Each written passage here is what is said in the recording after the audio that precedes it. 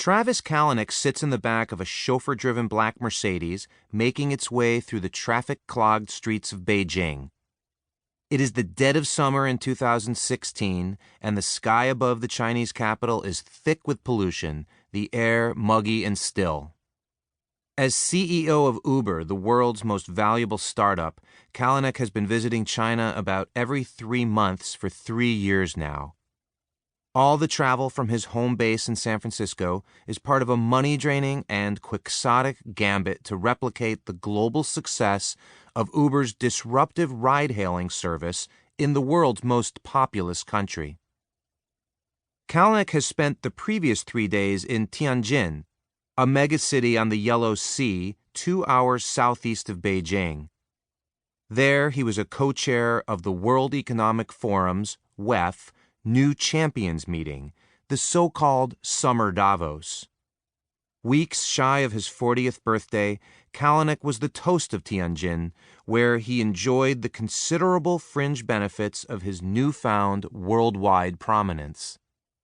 The California startup he runs has been around a mere 6 years, yet at the off-season International Gabfest, he scored an audience with the second most powerful government official in China, Premier Li Keqiang. Kalanick appeared on WEF panels moderated by Western and Chinese broadcasters, gamely attempted to flip a traditional pancake over an intimate dinner with the managers responsible for Uber's local operations in Tianjin, and huddled with his entrepreneurial peers. Among them was Lei Jun, founder of the highly valued Chinese smartphone maker Xiaomi. Lei's penchant for bold claims and his company's controversial business model of selling ultra-cheap phones make him as notorious in China as Kalanick is everywhere else. Already, Kalanick's trip is a success, judged at least through the prism of the image-enhancing mentions he has racked up in the Chinese and international press. Li, the Chinese premier and an outspoken promoter of entrepreneurialism in China, called Kalanick a pioneer. He said this in English, a flattering flourish and tidbit the Uber CEO's China-based minions dutifully fed to the local press. Indeed, Kalanick's every utterance on this trip is making headlines. Asked during a WEF fireside chat if self-driving vehicles would make the human-driven kind obsolete, Kalanick threw off one of his signature and controversial one-liners that combined insouciance, boastfulness, and don't-mess-with-me humor. You might own a car like maybe some people own a horse, he deadpanned in front of an admiring audience. You know, you might take a ride on the weekends or something.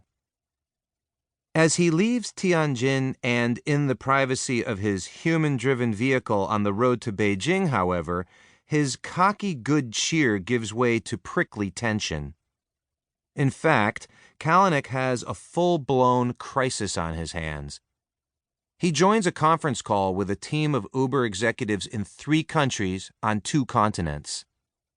A team of communications executives dials in from San Francisco, others call from Seoul, South Korea. 2 executives are in the car with Kalanick, both critical to Uber's Asian ambitions.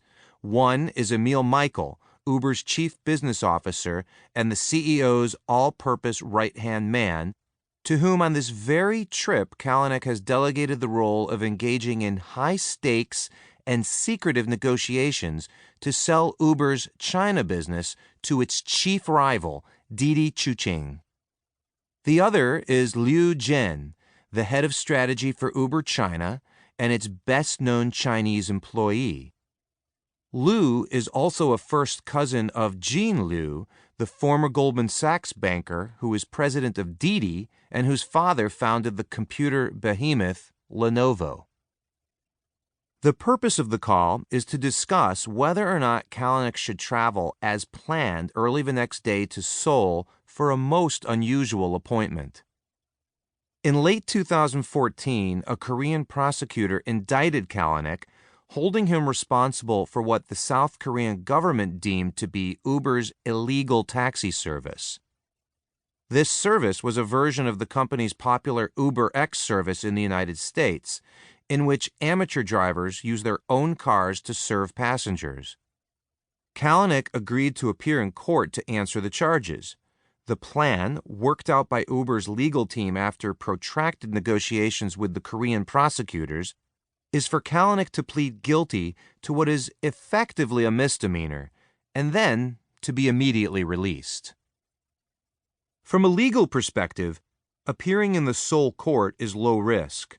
Prosecutors have assured Uber's lawyers that Kalanick would be given a suspended sentence, making him free to leave Seoul. And that would be fine with the CEO, who is well accustomed at this point to picking fights with regulators and other officials the world over.